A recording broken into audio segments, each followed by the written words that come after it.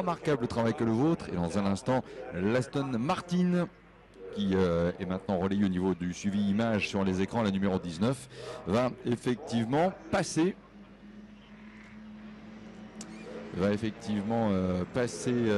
devant vous, qui êtes ligne droite des stands, et confirmer qu'elle est belle et bien qu'elle est belle tout court d'ailleurs, BE2LE, puis qu'elle est belle et bien la voiture de tête dans ce plateau 3 pour la dernière course. Et là elle devance, regardez la sublime Jaguar D, mais quelle allure cette voiture, c'est vraiment exceptionnel. La voiture de Gary Pearson, de Chris Harris, qui est donc en deuxième position.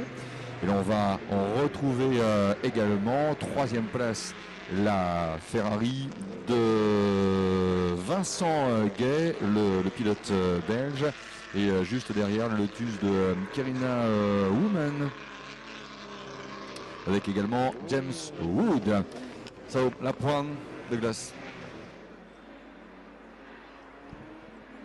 One lap completed then, and the order has changed slightly as they come over the line. It's still the number 19 car of the Joe Twyman in Dalglish team, the DB4 GT in the lead, but behind them now is the number 16 D-type of Gary Pearson with Chris Harris in second place. This D-type number 16 is the car that Duncan Hamilton and Tony Rolt drove in the 1955 Le Mans race, the works car, which did not finish after gearbox problems, but the 1955 works car, number 16, now in second place for Pearson and Harris. In third place, dropping back to third place, Vincent Gay in the Ferrari 68. Fourth place, 38, the Lohman Wood Lotus. In fifth place, 44 now up, 44 is the car of Eric Peru and Bernard Boucher and Austin Healey, which gets ahead of Carsten LeBlanc. So we've got Austin Healey's 5th and 6th, with 44 in 5th for Peru and Boucher, and in 6th place 21 LeBlanc in the famous DD300. The years it came here unfortunately never finished the race, but 1960, 61 and 62 for car number 21.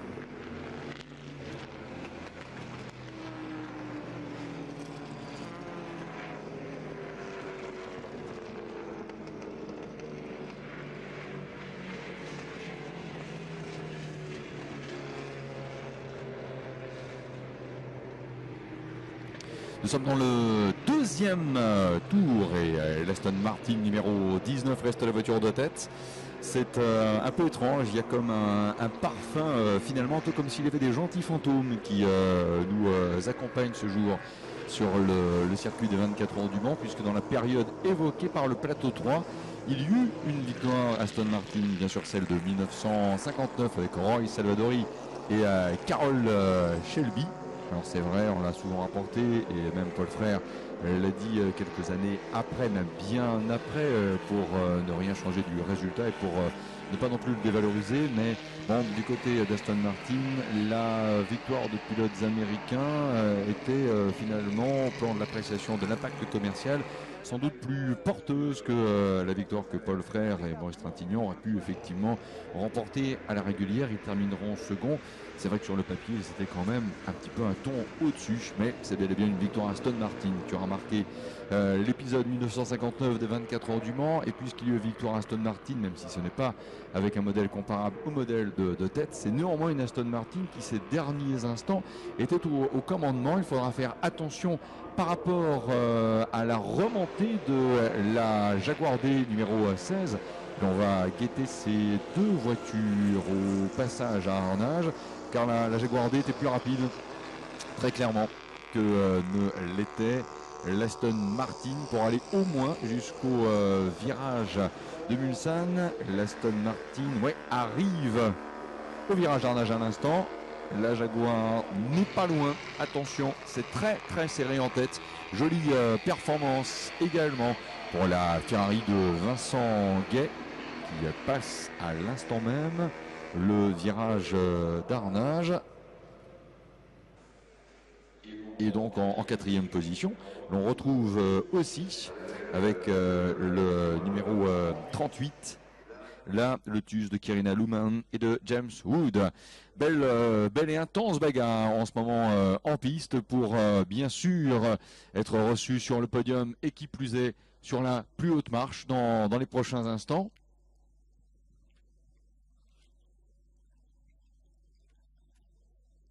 Alors, qui va réussir à s'imposer? On va le découvrir. Et notamment, voilà, dans l'enchaînement des virages de la nouvelle portion, l'Aston Martin numéro 19 reste en tête devant la Jaguar C. Vous allez avoir la récupération du signal dans les prochains instants. Là, on visite en ce moment les boutiques. C'est sympa, hein, le Mans Classique. Il y a plein de choses à faire. Regardez également ces images rétro. Waouh, c'est presque Noël avant l'heure. Voilà. Allez, attention, la voiture de tête revient maintenant. Elle est voilà, dans la ligne droite qui fait jonction entre le circuit international de karting du Mans et la chicane Ford, où arrive ainsi la voiture de Jan Dalglish, de Joey Twyman, la DB4 GT numéro 19. Et là, l'écart se réduit. Il était de 3 secondes 8 après le premier tour sur le papier. Il ne faut pas avoir peur de dire que la Jaguar D est plus rapide. Hein. Il y a plus de plus avec la Jaguar D qu'avec l'Aston. L'écart 3 secondes 158. 7 dixièmes de gagné par la Jaguar D. C'est pas joué quand même, il va y avoir les arrêts neutralisation à partir des prochains instants. On est à 1 minute 10 de l'ouverture du créneau pour les arrêts obligatoires, donc du temps réglementaire, de l'espace, la fenêtre temps réglementaire. Troisième position, confirmation, c'est la Ferrari numéro 68 qui est troisième. Elle est en ce moment à la Dunlop. Good chase for the lead going on here with still number 19, the Aston Martin of Dalglish and Twyman leading, but now just by 3 seconds as they went over the line. 19 being lined up by the 16 D-Type Jaguar. In third place, 68 Vincent Gay's Ferrari. Fourth place, 38 the Lohmann Wood Lotus.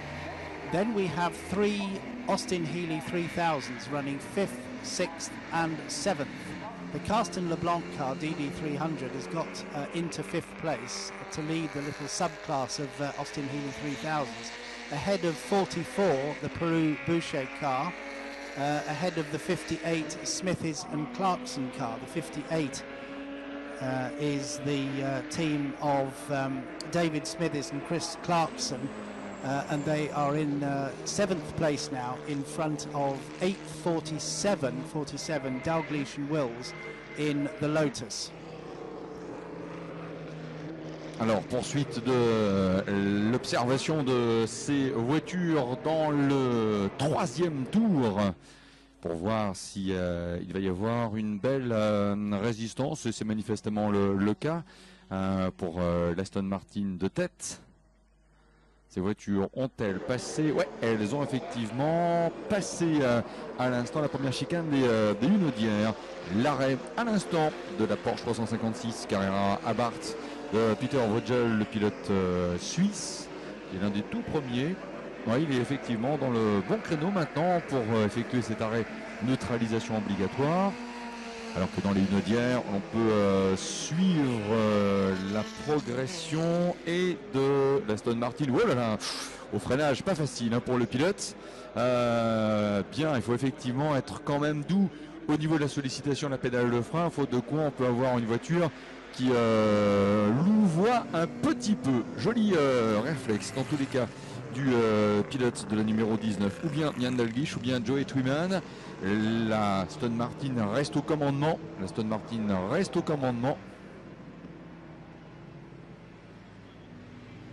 Ferrari numéro 68. La Ferrari numéro 68, Vincent Gay, est toujours pointé en 3e position. Et l'on va voir après le passage à Mulsanne ce qui lancera de l'écart. Il est en fait 3 secondes 158 pour l'instant. Il y a toujours un temps de parcours plus vite. 3 dixièmes en fait la réduction de l'écart entre l'Aston Martin et la Jaguar D. Petite réduction de l'écart, pas grand chose, 3 dixièmes. En fait, considérez que du tertre rouge au virage de Mulsanne, la Jaguar type D numéro 16 en 2e position, mais qui est un petit peu plus rapide, a mis en fait 2 minutes et 2 minutes 3 secondes tout simplement pour aller faire tout le parcours des Hunaudières. 2 minutes 3 secondes, c'est aussi simple que ça pour le temps de parcours des Hunaudières pour la Jaguar D numéro 16.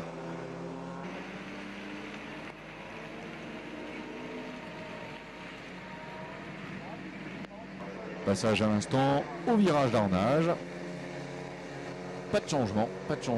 On retrouve toujours l'Aston numéro 19 devant la Jaguar D. Bataille entre marques anglaises qui ont effectivement bien marqué les 24 heures du Mans. No change so far. Just a couple of seconds between the number 19 Aston Martin DB4 GT and the 16 Jaguar D-Type from 1955. Between Dalgleish and Twyman and Pearson Harris. Oui, ceci étant, à regarder même les dernières images, j'ai le sentiment, contrairement à ce qu'on avait un instant pu penser, que finalement, il n'est pas évident que l'Aston soit rattrapé par la Jaguar. It seems to me, Russell, that the Aston Martin is pushing so hard that the gap might be more than 3.1 seconds. I'm not sure, but we have to check that. On va le confirmer dans un petit instant, mais j'ai le sentiment que finalement, contrairement à ce qu'on avait pu penser, la Jaguar D n'arrive pas. C'est encore une fois très officieux tout cela. On va refaire la connexion avec la caméra qui est dans l'axe de la chicane Ford. Voilà, elle rentre au stand de toute façon. L'arrêt de la voiture de tête. Alors va-t-il y avoir un tour supplémentaire pour le pilote de la Jaguar ou va-t-il imiter dans la manœuvre l'Aston numéro 19? Pas évident, voilà, non, effectivement, il n'imite pas le pilote, il fait bien le tour en plus, là on peut se le permettre, on n'a pas de neutralisation, tout va bien.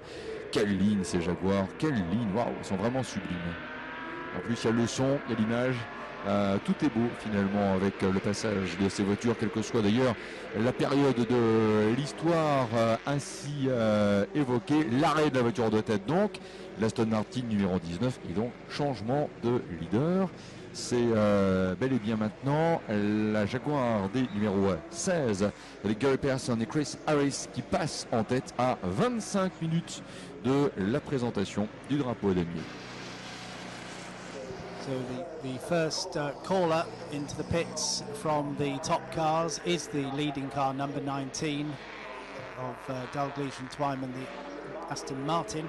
So 19 into the pits and 16 Pearson Harris continuing on round in the Hamilton and Rolt 1955 works car up on screen there, making a fantastic sight. The most evocative of the D-types with its tail fin there, designed to keep the car straight down the long Mulsanne straight or the Hunaudière.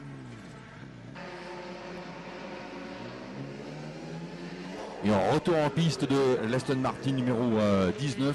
À propos de ces Jaguar D, il y a certes eu une victoire en 1955, mais c'était l'année évoquée à l'occasion du précédent plateau, 1956 pour la 4e édition, une course qui avait été disputée exceptionnellement en juillet en raison du temps de réalisation des travaux décidés après le drame de 1955. Victoire de l'écurie Écosse, elle roulait Dunlop à l'époque, partenaire d'ailleurs de Le Mans Classique. Les Jaguar D, un très beau podium à l'arrivée de 1956, puisqu'il y avait eu justement 3 marques différentes. Aston Martin 2e avec la voiture de Stirling Moss et de Peter Collins, et Ferrari 3e avec Maurice Trintignant et Olivier Gendebien. On l'a peut-être un petit peu oublié, cette 3e place pour un équipage quand même très haut de gamme. Maurice Trintignant, Olivier Gendebien avec une Ferrari 625 LM qui avait donc réussi à terminer sur le podium à l'arrivée en 1956. Jacques Waters et Freddy Roussel avaient terminé 4e avec une Jaguar D. Mike Hawthorne et Ivor Bubb avaient terminé en 6e position également avec une Jaguar D, alors que Gérard Leroux et Paul Armagnac, circuit Paul Armagnac dans le département du Gers, on se rendra après les vacances d'été pour le GT Tour, ça c'est une parenthèse pour ferme, avaient terminé en 10e position. d'autres arrêts pendant ce temps avec l'AC numéro 75 qui est dans la voie de l'Ostinil, pardon, l'Ostinil est numéro 75 qui est dans la voie de décélération.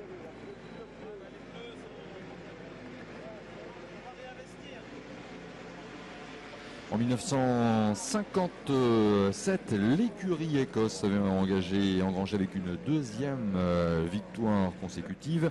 Harry Verbeek et Ron Flockhart avaient été les pilotes vainqueurs cette année-là devant Ninian Sanderson et John Lawrence, alors que les établissements Pennew avec Jean, Lucas et Marie avaient justement réussi à terminer podium devant la voiture de Paul Frère et de Freddy Roussel de l'écurie nationale belge.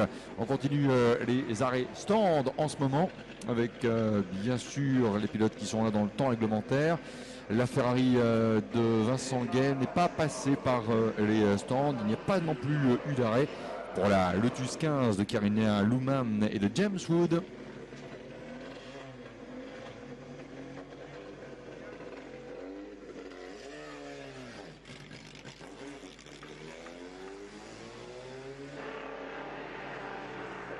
L'image, la Lotus numéro 25 et dans les stands, qu'elles sont belles aussi les Jaguars avec l'arrêt le numéro 69, la voiture de David Hall, de Michael Hushey, d'autres voitures dans la voie de décélération avec notamment l'Alfa Romeo de Pierre Fillon et de François Fillon qui rentrent au stand.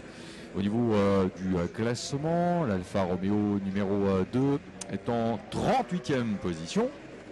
38e position, alors que passe devant les stands une Corvette avec la voiture numéro 18 qui est une génération 1 C1 pour Vincent Glaise et Olivier Monod. La Porsche 64 également dans la voie des stands. Dans ce classement, on rappelle qu'indépendamment de Pierre Fillon, de François Fillon, il y a Andy Wallace. Il aurait dû y avoir Andy Wallace, mais malheureusement, je crains que nous ayons effectivement perdu hier définitivement la Jaguar D numéro 11 et c'est bien dommage. Alain Decadenet et Brian Redman avec la voiture numéro 33 n'ont malheureusement pas pu prendre le départ aujourd'hui.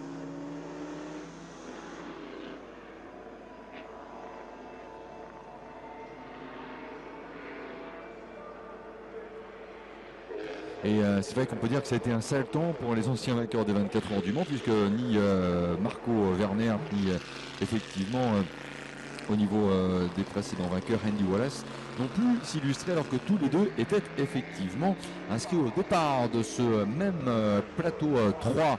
L'arrêt du côté des stands de la Lotus numéro 38, c'est la voiture de 1959 de Karine Leman, de James Wood.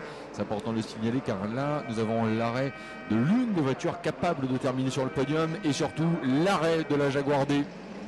L'arrêt de la voiture de tête. L'arrêt de la voiture de tête, cette sublime Jaguar D. Allez-y Russell. The top runners into the pits then. Number 16 D-Type is in. The 38 Lohmann & Wood Lotus. The Vincent Gay Ferrari number 68 is into the pits, as well as the dark green and white Austin Healey of Carsten LeBlanc number 21.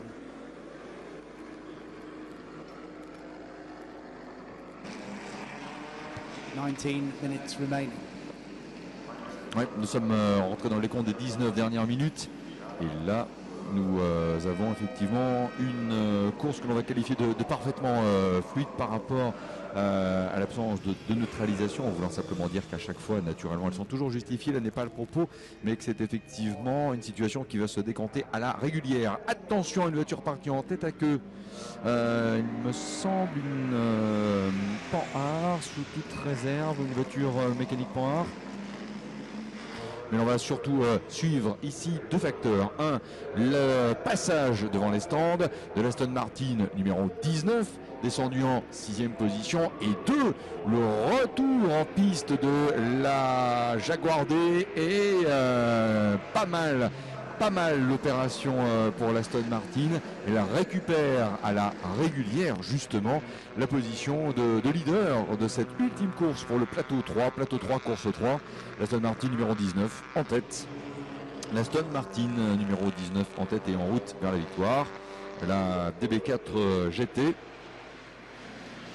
Cette DB4 GT donc en route vers la victoire. Aston Martin avec Peter et Graham Whitehead, les frères Whitehead, qui avaient terminé en deuxième position en 1958. On s'en souvient peut-être pas vraiment, mais c'est bien également de l'évoquer parce que c'était une façon pour eux aussi en tant que frères de pouvoir ainsi s'illustrer. Des frères sur un podium, au Mans, c'est pas tous les jours qu'on en retrouve effectivement.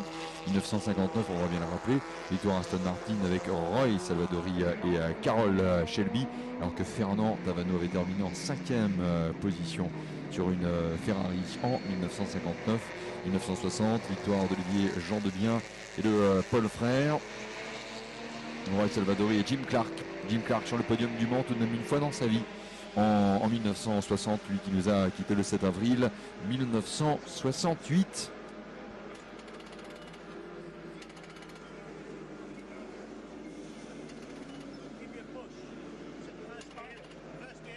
Nous allons bientôt entamer le dernier quart d'heure et à n'en pas douter, la voiture de tête est à nouveau, alors que l'on pousse, la voiture qui enfin redémarre. Ouais, serait-ce une Maserati malgré les couleurs? Non, l'histoire Jaguar, effectivement, l'histoire Jaguar qui repart à l'instant. Numéro 9, arrêt de la Morgan Plus 4 de Adrian van der Croft et de Richard Plant. Et qui repart là aussi, puisqu'effectivement les assistants ont dans les stands le chrono qui va bien, de sorte à ce que chaque voiture reparte avec un temps d'arrêt le plus proche possible de la minute 30 réglementaire. Et à ce petit jeu, on a un 1:30 pour l'équipage numéro 47.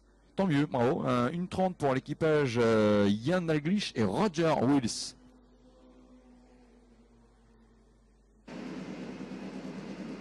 La 45 encore dans son stand pour la neutralisation. Russell. So all the top cars have now stopped and are back on their way. The earliest of them being the number 19 car. So we'll give you the order as soon as they come round post pit stop. The D-Type is in there. The Aston Martin, the Ferrari of Gay is in the fight, and of course the Lotuses, the Austin Healys are still running well. Let's see who's the quickest of those. It's LeBlanc just showing fourth at the moment, but we'll wait until after they come through from the pit stops and give you the order.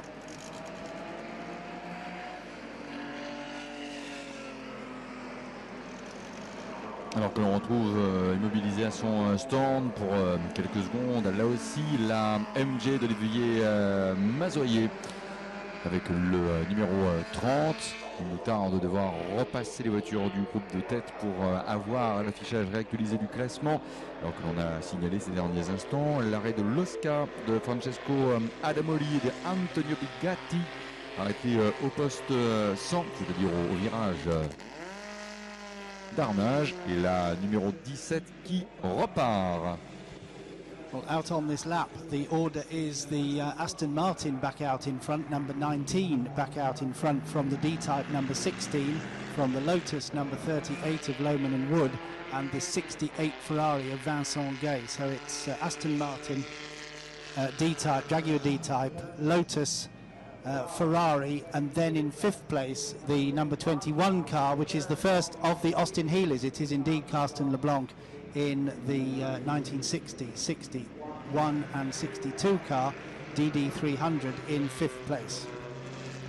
Le passage d'abord avec le numéro 52 de l'Aston Martin de John Goldsmith, et on va guetter des voitures proches d'ailleurs au niveau de la ligne de chronométrage pour confirmer que de toute façon, puisqu'elle avait réussi à repasser devant les stands avant qu'elle ne reprenne elle-même la piste. Le premier L, c'est l'Aston Martin numéro 19, et le deuxième L, c'est la Jaguar D numéro 16 qui va de toute façon échoir au moins en deuxième position, puisque l'on devrait, à n'en pas douter, sauf incident qu'on ne souhaite surtout pas, retrouver l'Aston Martin numéro 19 en tête de la course, devant donc la Jaguar D numéro 19, et en troisième position la Lotus de Karina Luman, James Wood, qui devrait ainsi croiser le fer et les trajectoires aussi avec la Ferrari numéro 68. Les écarts devraient être assez serrés d'ailleurs au niveau des voitures en 3 et 4e position.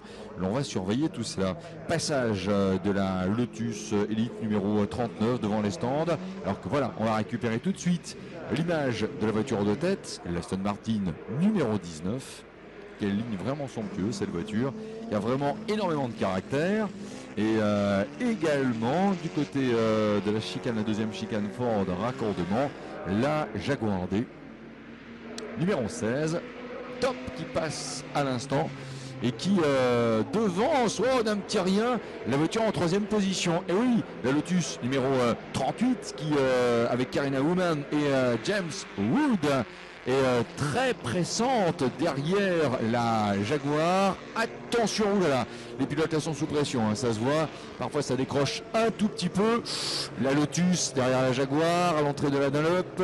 La Lotus, un petit survirage pour la Jaguar. Et la Lotus qui dans la descente passe en 2e position. La Lotus est passée, c'est superbe. The Lotus goes into second place. The number 38 Lowman Wood Lotus goes into second place in front of the 16 D-Type on the run down from the Dunlop Bridge into the S's. So the Order 19, the Aston Martin, is now 38 in second place, the Lotus, and third place, the Jaguar D-Type 16. Une voiture a fait un tête avec le signal des commissaires. Pierre Fillon, le président de la CO, pilote l'Alpha numéro 2 en ce moment. Il est en 37e position. Alors que l'on vient de voir passer au tertre rouge. Alors que l'on revoit aussi sur les écrans géants cette magnifique passe d'armes avec la Lotus qui a légèrement pris l'avantage, un tout petit rien vis-à-vis de la Jaguar D numéro 16. On va guetter le passage de ces deux voitures Savoir. Oh là là là là, on a également vu, c'est très chaud hein, pour l'Aston Martin numéro 19, on a vu la voiture un peu arriver en crabe. Et attention derrière, non c'est toujours la Lotus qui est en 2e position. En fait l'écart c'est simple, quand l'Aston Martin termine de passer la chicane Forza Motorsport, la première dans les lunaudières, considérez que la Lotus et la Jaguar qui sont toujours roue dans roue rentrent dans cette chicane. L'Aston Martin qui poursuit sa route naturellement en ce moment à fond. Là on peut se le permettre même si la route reste assez délicate et l'adhérence assez précaire, mais qui reste naturellement là à fond entre les deux chicanes justement. Elle arrive à la 2e et là on va voir, c'est vrai qu'au niveau de la puissance moteur en théorie la Jaguar a quelque chose en plus comparé à la Lotus, mais cette puissance et cette vitesse il faut ensuite savoir la freiner, la maîtriser pour passer justement à la 2e chicane. C'est peut-être justement le raisonnement du pilote de la Type D qui n'a pas tenté le tout pour le tout et qui est en 3e position, et je puis même vous dire qu'il est pour l'instant en train de lâcher prise. La Lotus numéro 38 a pris une option là, très clairement pour la 2e place par rapport à la Jaguar D. Parmi les Lotus que vous avez ce jour présente aussi sur le circuit de 24 heures du Mans, une élite n'est pas sans rappeler la brillante 12e place de la voiture de Bill Allen et de Trevor Taylor. Je voudrais saluer également un monsieur qui était très proche de l'Automobile Club de l'Ouest, qu'il a toujours été, c'est Bernard Koselleck avec Pierre Masnez. Ils avaient avec une Lotus Elite terminé en 13e position à l'arrivée des 24 heures du Mans en 1961. Voilà. Oui, la Jaguar D est toujours en 3e position. Il sera également intéressant de voir quelle sera l'évolution de l'écart avec l'Aston Martin. Top qui arrive à l'instant dans la courbe d'Indianapolis. La Ferrari de Vincent Gay qui est effectivement arrivé donc en ce moment en 4e position.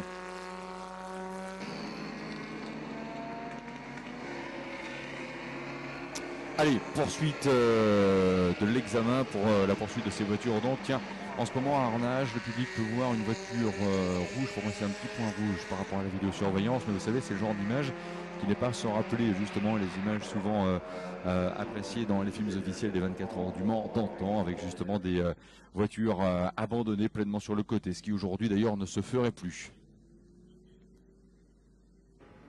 Les 24 heures contemporaines, hein, naturellement. Allez-y, Russell. Well, the Aston Martin still leads, but we've seen the place change behind where the D-Type drops into third place. The Lotus is on a charge. It took the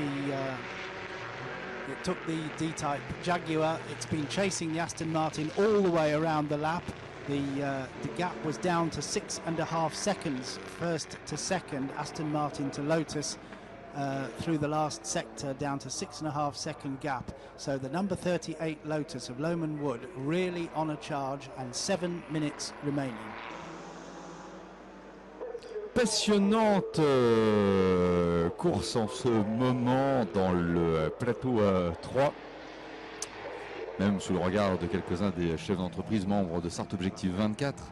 Voilà, qui nous ont notamment rejoint à l'instant. L'Aston Martin numéro 19 qui passe la chicane Ford. Alors attention au trafic là, ça peut jouer un mauvais tour parce que l'écart n'était pas très important. Il n'y avait que 10 secondes et demie au tour précédent.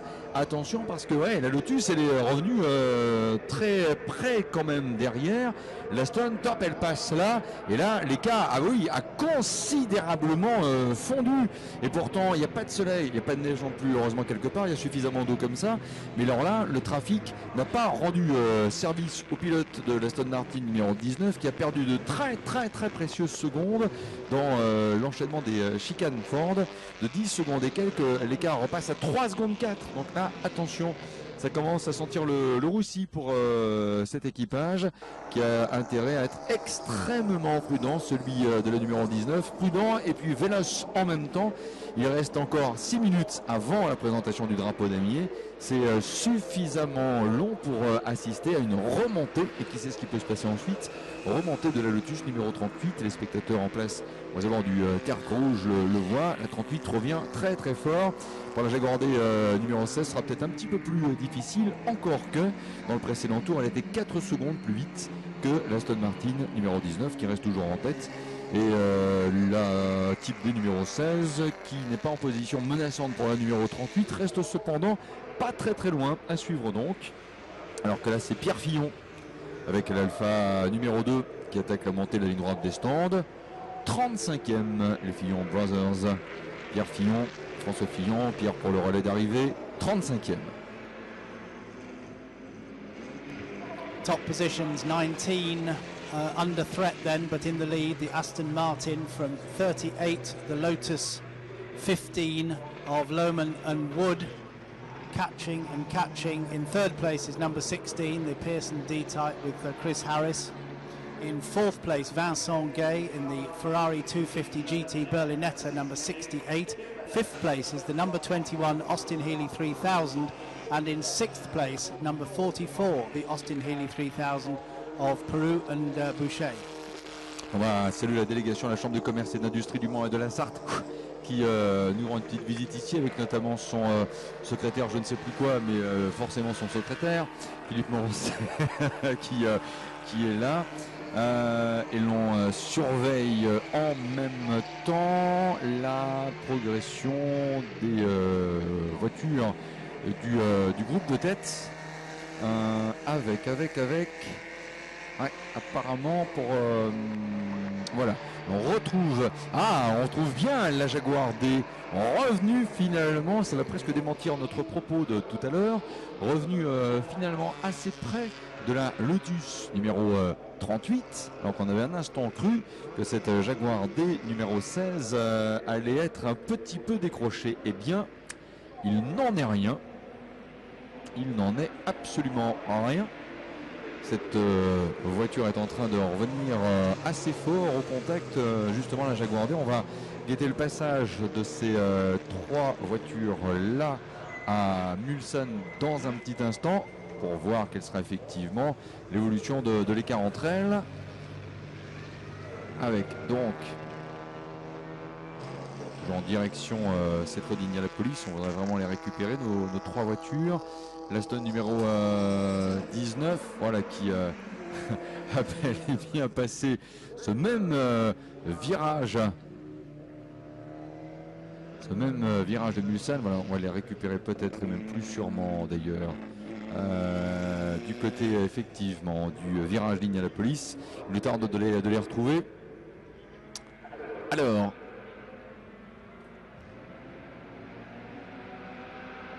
ouais, on confirme bien que c'est le numéro 19 qui ne devrait pas être long à arriver au virage d'Indianapolis. Il y a pas mal de trafic, on l'a vu au tour précédent.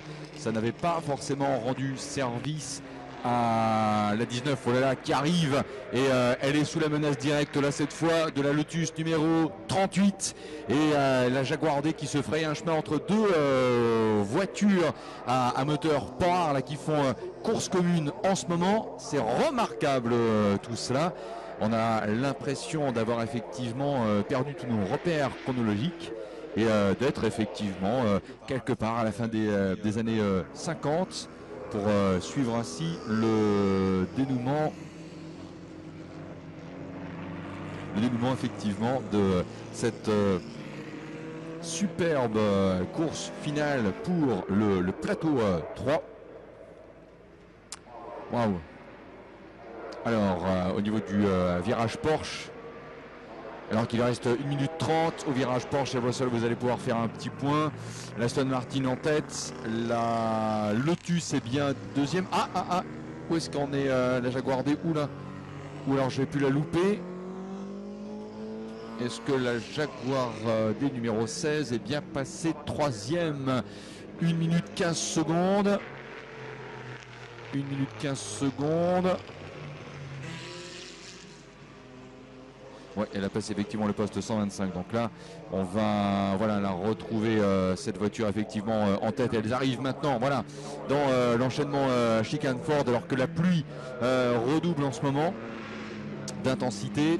Et regardons bien l'accélération à l'instant, ça peut peut-être se jouer là, la victoire finale. Et ouais, 49 secondes avant la fin, top. Le passage de ces voitures qui attaquent le 8e tour avec la Jaguar D numéro 16 en 3e position. Un peu plus loin quand même, mais c'est le suspense qui nous accompagne pour la fin de ce plateau 3. Another whole lap of this to enjoy. What a fantastic sight as the number 19 Dalgleish Twyman Aston Martin DB4 GT maintains its lead and comes over the line, and they're seconds inside the race time, so we get another lap.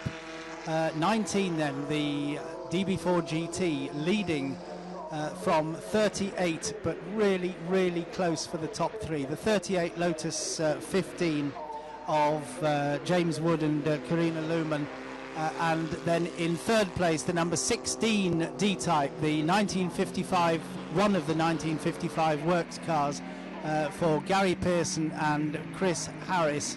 Fourth place further back is the Vincent Gay Ferrari, and then the number 21 Austin Healey 3000 of Carsten LeBlanc.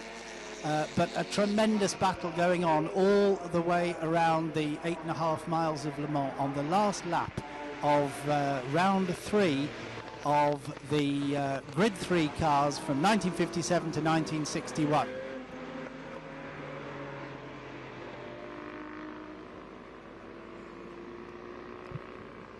Lotus really showing here, the Lotus challenging for the lead, showing why in the years from 1956, practically every year from 56 to 1964, Lotus came here and took class wins. A tremendous record for Lotus with a variety of engines in the Lotus 11 and the Lotus Elites that they brought here in those years 56 to 64. Right across the period that we're in now on track with those multiple awards and class wins. Well, will we see a Lotus victory here at the end of this lap?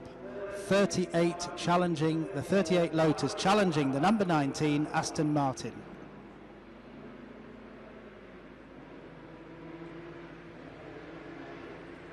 Et la 38 est passée en tête. La 38 est passée en tête. Est-ce que les commissaires nous ont signalé ces derniers instants? Oh, et même la Jaguar est passée en deuxième position. Donc cela nous donne pour l'instant 38, 16, 19. Ça s'est joué dans les Hunaudières avec la Lotus numéro 38 qui n'a fait qu'une bouchée de l'Aston Martin numéro 19. Et en phase d'approche de la deuxième chicane des Hunaudières, la Jaguar D numéro 16 est bel et bien passée en deuxième position. Bel et bien passée en deuxième position.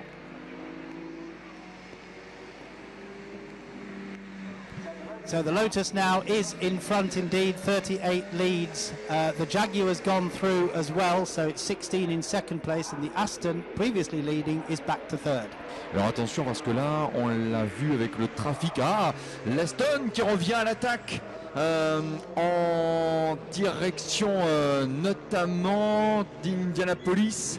La Jaguar D sur le papier un petit peu plus de puissance et de vitesse que l'Aston. Tout va se jouer en fait sur la maîtrise du pilote, hein, c'est évident. Voilà, les voitures du tiercé de tête qui arrivent à hauteur du virage d'Indianapolis maintenant. Et là, attention, gare au freinage ultra retardé, éviter surtout les sous comme les survirages, bref, les dérapages. Virage d'arnage, leader la Lotus, deuxième la Jaguar, troisième l'Aston Martin. C'est l'arrivée la plus serrée vers laquelle nous nous acheminons en ce moment et que nous allons suivre bien sûr, car là tout est possible très clairement jusqu'à la sortie du dernier virage. Et à la sortie du virage d'arnage, incroyable Aston Martin qui se porte à la hauteur de la Jaguar D, même dans les années 50, le public n'a pas vu ça, et nous on le voit en 2014. Allez-y, vous voulez le dire very quickly? The Jag and the Aston absolutely side by side for second place. The Lotus not that far in front. L'Aston est passé en deuxième position avant le virage Porsche. Waouh!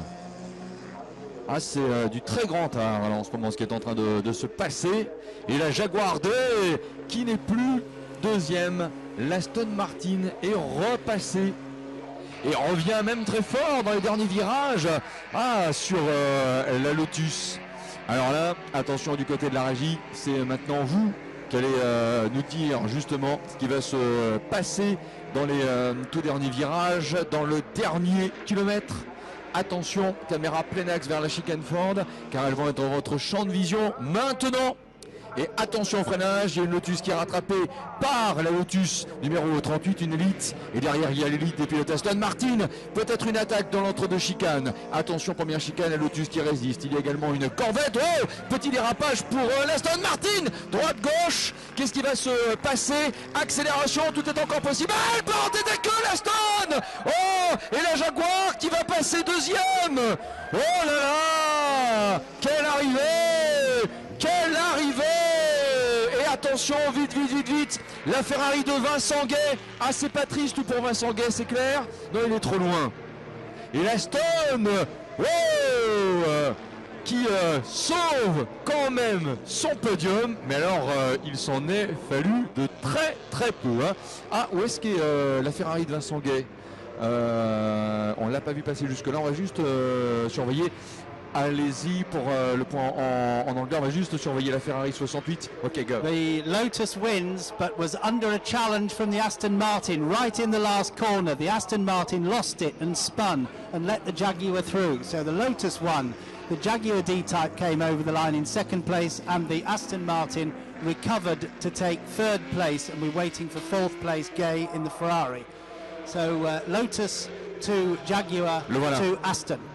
Voilà, ça lui vient de passer à l'instant, Vincent Guay, et complète ainsi ce podium avec des voitures de marques différentes, puisque, alors on va revoir, regardez bien sur les écrans géants, ça c'est génial, hein, dans les tout derniers instants, le pilote de l'Aston qui prend tous les risques. Le pilote de la Lotus qui la joue fine également. Vous avez vu ce regard là dans les rétros, dans l'entre-deux chicanes. En sortie de virage, joli mouvement de dérapage finalement pour l'Aston. Voilà, on aurait presque dû avoir le beau Danube bleu sur fond de voiture verte. Et voilà, et effectivement, voilà comment cette Aston a donc perdu la deuxième place, peut-être même aussi la victoire, mais sauf quand même un podium. En tout cas, c'est nous qui avons gagné. Là, on a eu de toute façon depuis le départ des courses toujours sympa. Là, celle-ci est celle qui nous a offert, on va dire, l'arrivée la plus serrée. Et ça n'est pas fini, ça n'était que le plateau 3. On est en fait à 50% des finales du jour, puisque pour chaque plateau 3 courses, nous avons eu la course 3 du plateau 1, du plateau 2, du plateau 3. On a encore la course 3 du plateau 4, du plateau 5, du plateau 6. Non pas du plateau repas, mais en tout cas effectivement on est en appétit de victoire, donc c'est parfait.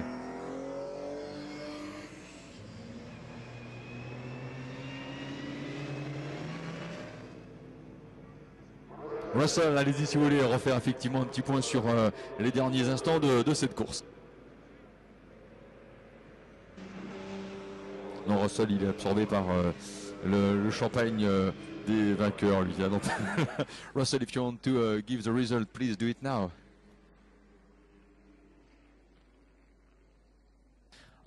Ouais, effectivement, on a besoin d'une petite réactualisation de cet écran, toujours pour le même principe que celui qu'on vous avait donné tout à l'heure.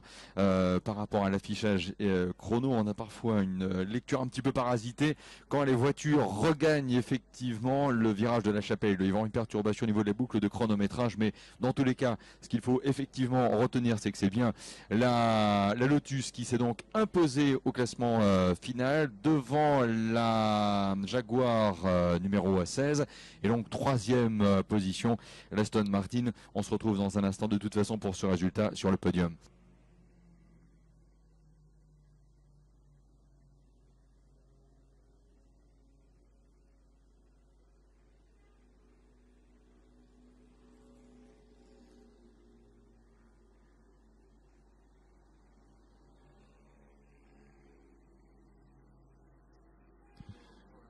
So just to confirm then that the Lotus number 38 was the winner in a dramatic last corner finish, absolutely under challenge. I'm surprised if they didn't touch, in fact they probably didn't, but only just as the Aston came up behind the Lotus in the last corner. So the Lotus wins, that's number 38, Lohman and Wood.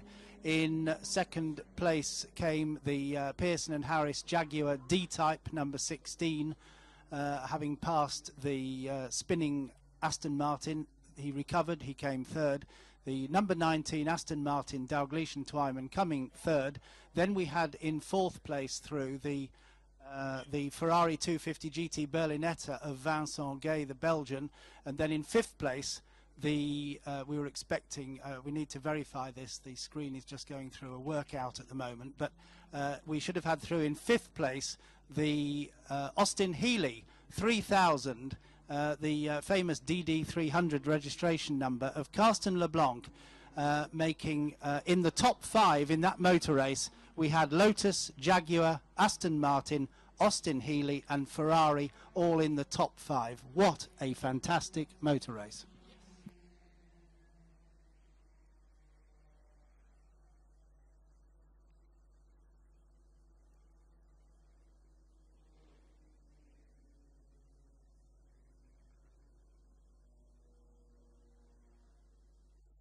Voilà, c'est un beau résultat que nous allons pouvoir dans un instant mettre à l'honneur avec la cérémonie de podium sur ce plateau du Mans, autrement dit le plateau podium du Mans, parce que c'est effectivement un joli plateau que nous avons eu avec le plateau 3.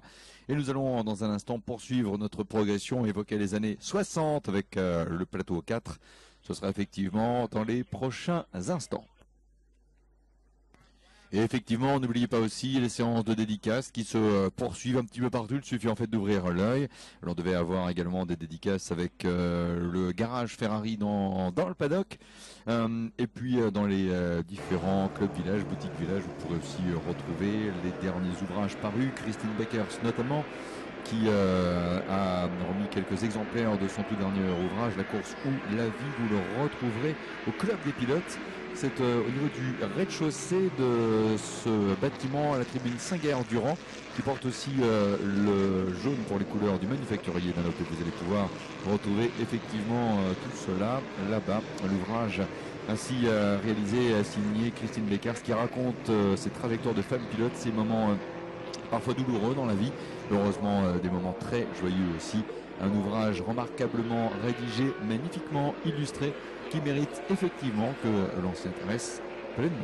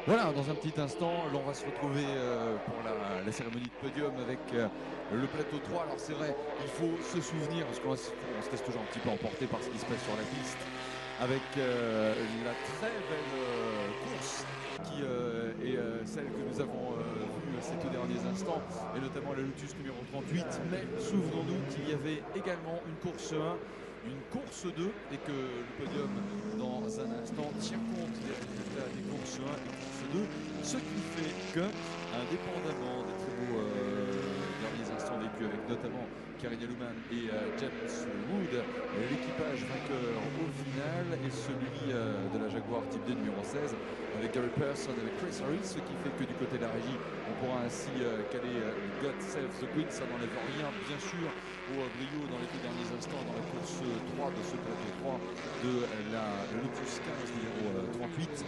Sera effectivement aussi au cumul des résultats sur la deuxième marche du podium Vincent Guay pour la Belgique avec la Ferrari 250 GT Berlinetta de 1960. C'est lui qui termine ainsi en deuxième position. L'équipage de l'Austin Hilley numéro 21 avec le pilote néerlandais Christianus Leblanc sera également sur le podium en troisième position.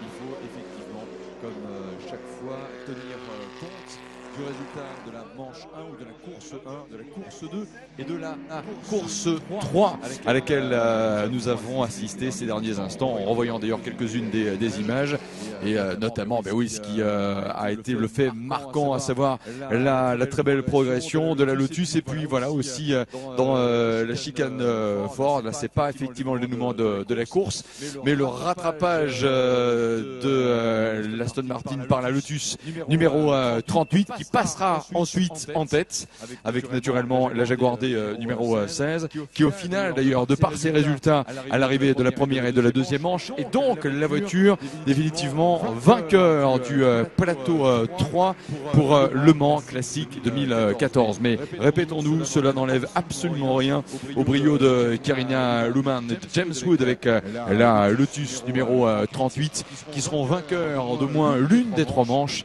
celle qui nous était proposée en ce dimanche. Voilà, 3 manches, un dimanche. Enfin, troisième manche, un dimanche, pardon. Ça fait beaucoup de folles mots manches, mais ça n'empêche. Dans un instant, plateau 4 naturellement pour suivre là aussi le dernier parcours de ces voitures. C'est l'évocation des années 60. Avec en plus de ça une petite fenêtre sympa du côté de la météo. Certes, le ciel est toujours menaçant. Mais, mesdames et messieurs, on a la chance, on n'a pas là à ouvrir les parapluies, à redresser les capuches. Ça n'est pas plus mal. Tout va bien de ce côté-là, ça a l'air d'aller, parfait. Tout va bien en bas, ça a l'air d'aller aussi. On amène effectivement les derniers drapeaux avant de retrouver en compagnie de Marie Alvarez Garzon les podiums pour la remise naturellement des coupes et des trophées.